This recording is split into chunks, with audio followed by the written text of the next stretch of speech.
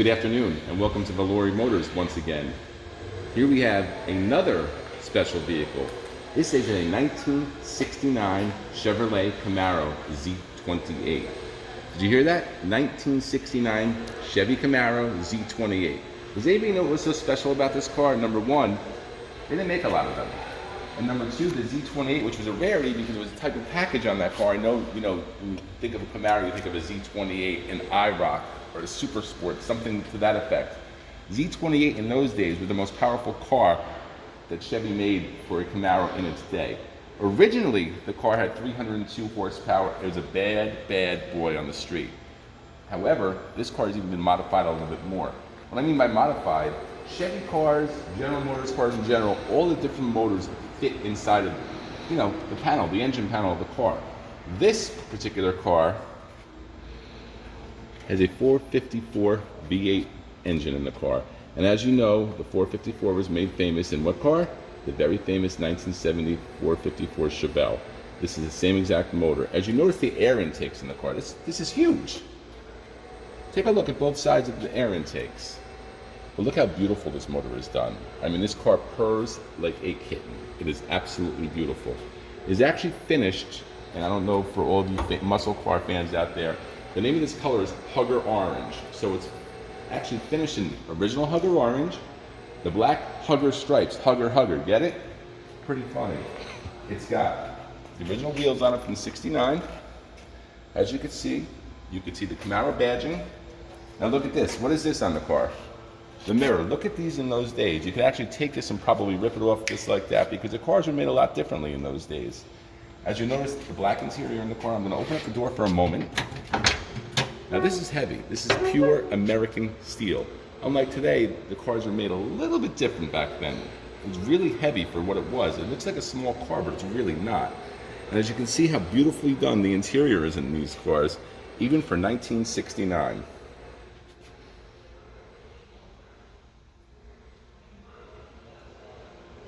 I'm going to close the door. I'm going to walk around a little bit more. You'll notice the rear tires in this car are a lot bigger than the front of the car. The reason being is for better traction, actually for the racetrack. Now, also, what's nice about 1969, and how you can tell a Camaro the difference between 1967 to 69, because those are the first 3 years of the vehicle, the taillights are different on these. The other cars had only 2, whereas in 1969 they stretched it out to 3. Also notice the trunk space in the car. As you can see, it's got ample trunk space for the year. I'm going to put this down nicely. Let's walk around here. Now, I'm going to actually get into the car and show you a couple more features.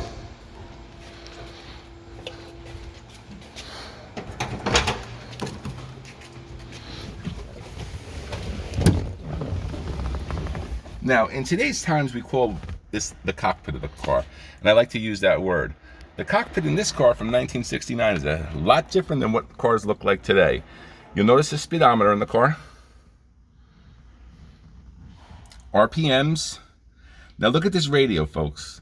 Take a good look. What is it missing? Aside from CD player, obviously, and a navigation system, it's only an AM radio. That's how it was made back in those days. Now, what is so nice about this car, though, the shifter on the car. This is a Hurst shifter. And for all of you muscle car heads out there, you know what a Hurst shifter does, the way it shifts. Now, this particular button over here has an overdrive system, so you can shift it with the flex, hit the button, and it's got overdrive where it kicks really, really into gear. Your power windows are over here, which is actually a rarity in a Camaro in those days. Most of the cars had the crank windows. You'll notice the seats in this car wrap around you, a little bit more sporty. The wood over here was a little bit different, but the funny thing is you can actually order the car from the factory like this. You can't do that today. Today the cars come one way. What was nice back in those days, you can actually literally order it with, if you wanted to get the car, let's say in an automatic version, you could. Most people did get the shifter though, but the Hurst shifter was an option, and I believe in those days, I think it was a $85 or $90 option, and today a Hurst shifter in a car, an original car, is worth a lot of money. So this is our beauty right here. 1969 Z28 with a 454 motor in it. If you're interested in the vehicle, please give us a call, area code 267-522-8869. And again, Thank you very much for watching our videos. Keep following us, and please give us a call. Thank you very much.